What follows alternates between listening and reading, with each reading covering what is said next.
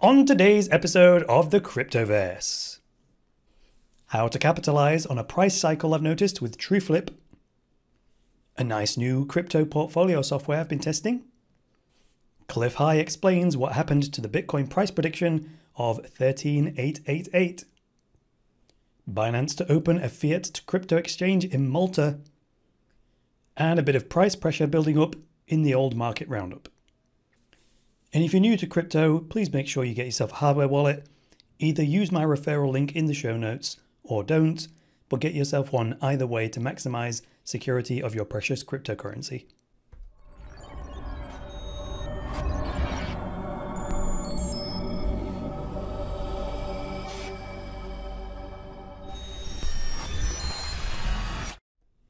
Hi there guys, welcome to the latest episode of the Cryptoverse, your regular dose of news and commentary on Bitcoin, cryptocurrencies and blockchains. I'm your host, Chris Coney. Let's get into the first story. So TrueFlip started out as an Ethereum-based lottery and it's expanding into different types of games as they develop their business. Now the way you earn a kind of income from TrueFlip is to park your TrueFlip tokens in a smart contract, and that gives you access to a private token holders lottery that they do once a quarter.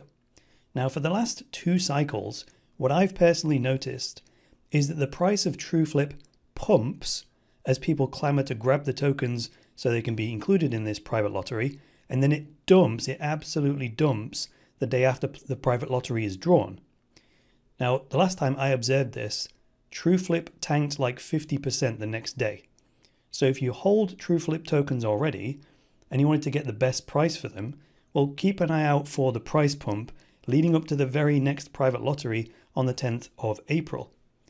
And if you want to pick up some cheap TrueFlip tokens, well, take a look at the price on the 11th of April and see if it dumps like it did before. Now, this is not financial advice and it's not a recommendation to take any action whatsoever. I'm just sharing with you what I've noticed historically. So any decision you make based on this information is entirely your own. I personally am a long-term TrueFlip token holder, so I'll just be parking my tokens, playing the private lottery, and then I'll just continue to hold. Maybe I'll even pick up some extra cheap tokens myself if they dump like I expect them to do. Now onto this new crypto and ICO portfolio tracker software. Delta. So these guys got in touch and invited me to check out their new portfolio tracker software. They offered to do a sponsored review, but I'm going to need to live with it for a while before I do a formal review. So no, they have not paid me to talk about this app today.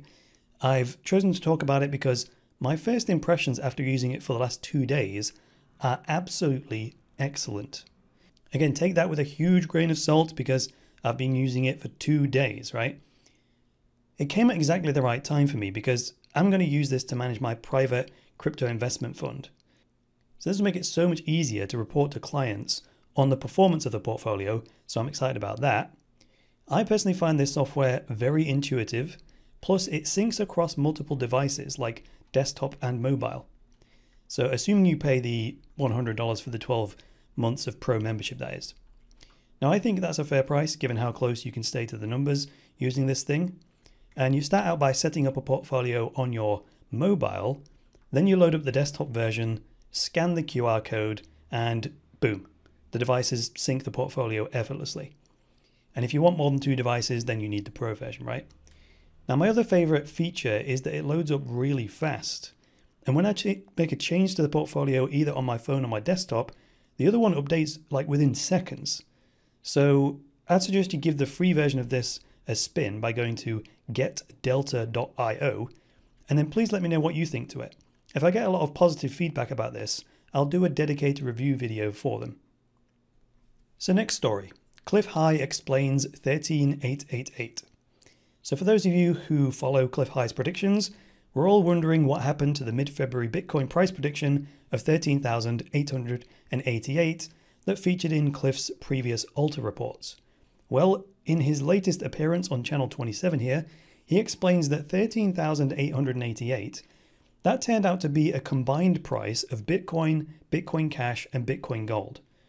Because Cliff uses an algorithm to scrape conversations from across the web, and then it performs analysis on them, well, it basically lumped the 3 different types of Bitcoins together. and there hasn't been enough talk and therefore enough data for Cliff's system to differentiate between the three different subjects that have the same name. So that's my basic summary of his explanation, but I'll put a link to this interview in the show notes if you want to watch it for yourself.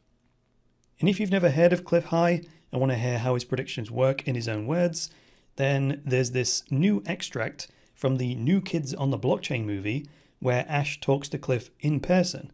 And as far as I know, this was shot within the last week or so. Next story, Binance to open a fiat cryptocurrency exchange in Malta.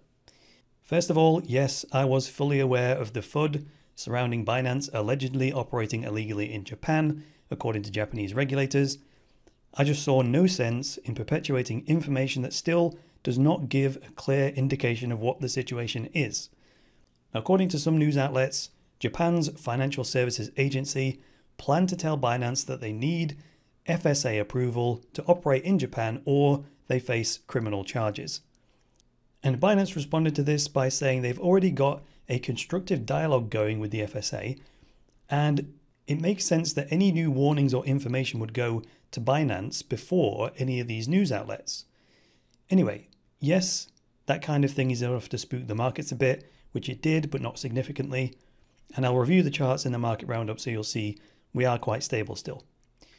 The good news comes in the second part of this article from btcmanager.com. The good news is that this debacle with Japan, it may be one of the motivating factors behind Binance moving to open an office in Malta and offer a Fiat-to-Crypto exchange.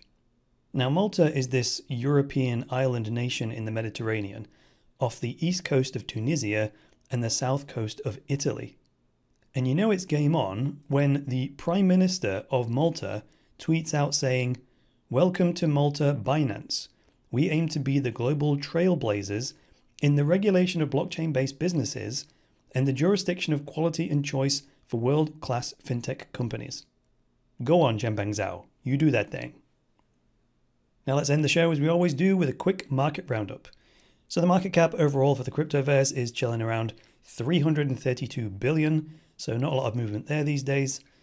Going down to the actual top 10 here, we see EOS and Cardano kind of playing leapfrog, competing for 6th and 7th position by market cap.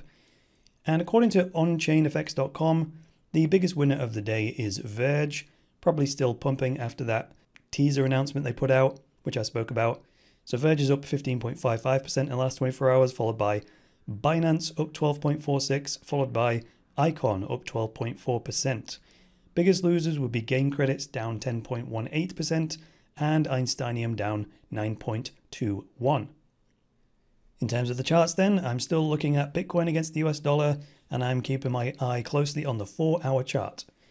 From this point of view, you can see that the chart is still inside the channel with the addition this time of 8,300 returning as support, creating somewhat of a descending triangle here.